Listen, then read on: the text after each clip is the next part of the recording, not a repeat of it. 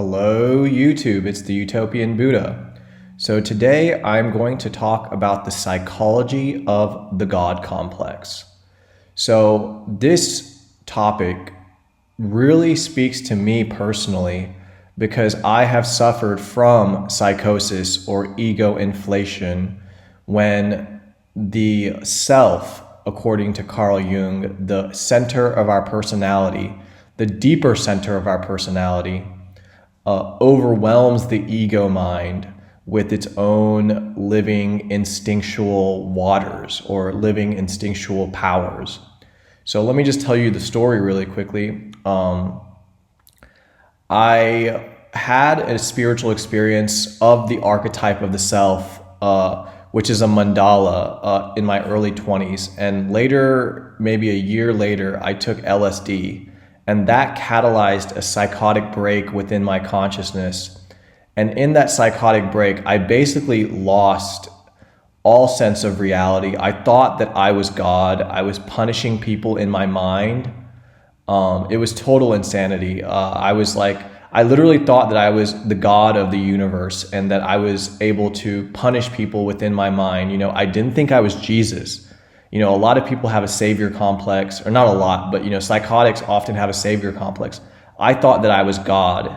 And it's just fascinating that as the delusion progressed, initially I thought like I was the ruler of the world, God ruling the world. I was punishing all the wicked people in my mind, and I thought that they were actually suffering. It was a major delusion.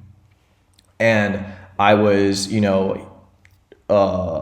but as the delusion progressed, the crazy thing is that I, as God, realized that I was the only thing in existence and that everything revolved around me. So I realized that there was nothing to punish and that there was no one to reward because everything was me.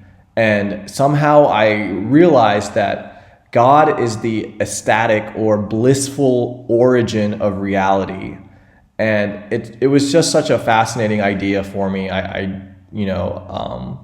But anyways, so that's the story of my God complex. I've reestablished my ego structure. I've been able to separate from the self, as you can see it in the picture. The leftmost picture is when the ego and the self are too close together. And depression is when the ego and the self are alienated or completely separate from each other. And individuation is the process of the ego and self regulating each other, or in interaction with each other, or in dialogue with each other. And a healthy ego-self axis is when you're not too close to the self.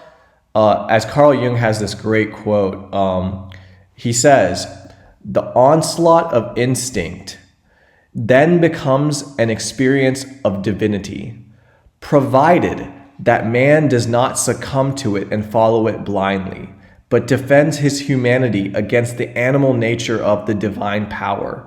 It is a fearful thing to fall into the hands of the living God." So that's a Carl Jung's quote.